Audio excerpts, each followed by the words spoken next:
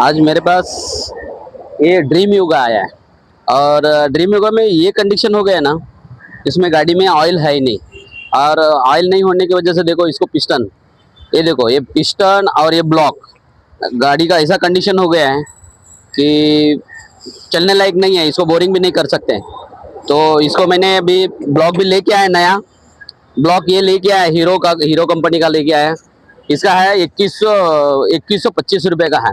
और इसको वाल भी ख़त्म है तो वाल भी लेके आया, हीरो का, होंडा का वाल है।